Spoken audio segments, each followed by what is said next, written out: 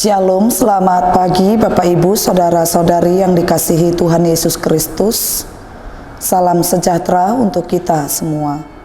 Saya berharap pada pagi hari ini kita masih dalam keadaan sehat dan terpelihara oleh kasih Tuhan. Dan saat ini marilah kita mendengarkan firman Tuhan yang menjadi perenungan dalam kehidupan kita. Oleh karena itu, marilah kita berdoa. Ya Allah Bapa kami yang berada di dalam kerajaan surga, segala puji, hormat, dan kemuliaan kami persembahkan kehadirat-Mu atas segala berkat dan karunia yang masih kami rasakan hingga saat ini.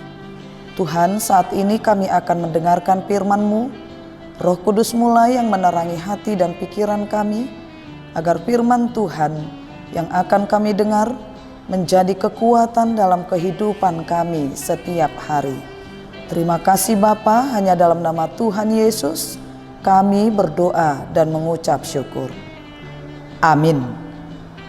Bapak Ibu, Saudara-saudari yang dikasihi Tuhan Yesus Kristus, mari kita buka yang menjadi nas khotbah buat kita pada pagi hari ini, Senin 28 November 2022. Tertulis dalam kitab 1 Petrus pasal 3 ayat 9. Dan janganlah membalas kejahatan dengan kejahatan atau caci maki dengan caci maki, tetapi sebaliknya hendaklah kamu memberkati, karena untuk itulah kamu dipanggil, yaitu untuk memperoleh berkat. Demikian firman Tuhan.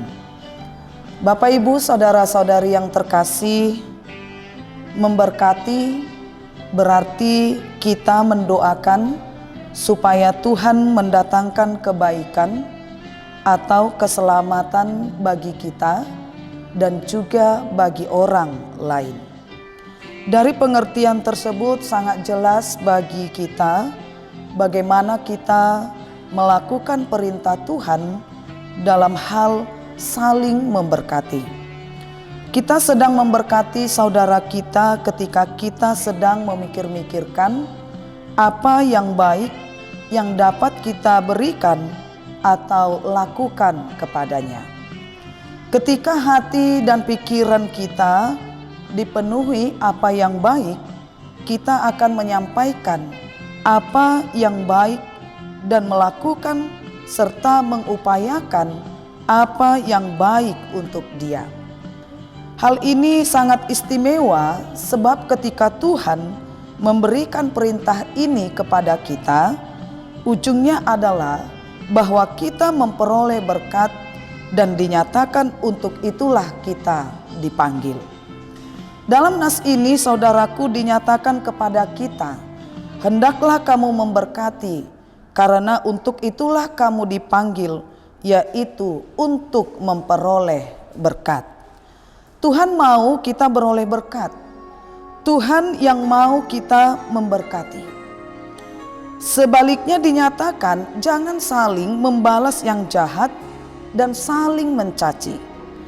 Pertanyaan kita sekarang adalah bagaimanakah hidup yang memberkati itu? Yang pertama, kita harus mampu membina persatuan di dalam kasih Kristus. Tentu dibutuhkan kasih dan kerendahan hati. Paulus berkata, kenakanlah kasih sebagai pengikat yang mempersatukan dan yang menyempurnakan. Yang kedua adalah kita harus mampu menjadi penyalur berkatnya.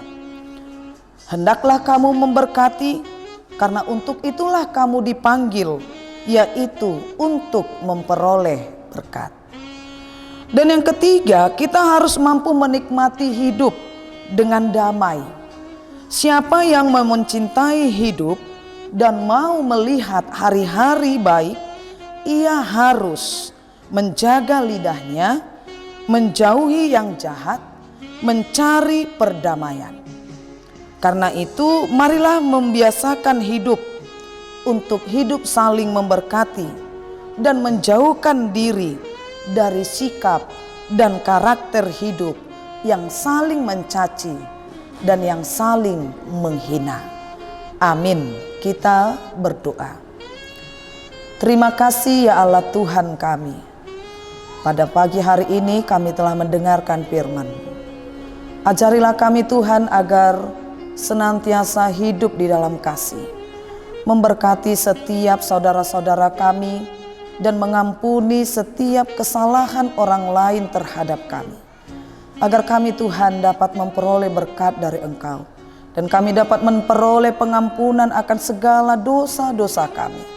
Oleh karena itu mampukan kami pribadi lepas pribadi, agar kami senantiasa menjadi buah yang manis di tengah-tengah kehidupan kami.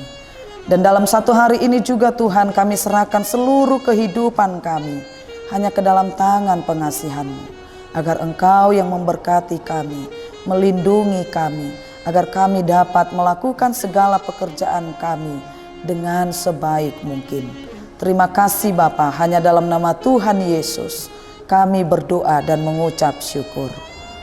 Amin. Shalom, selamat pagi, Tuhan Yesus memberkati.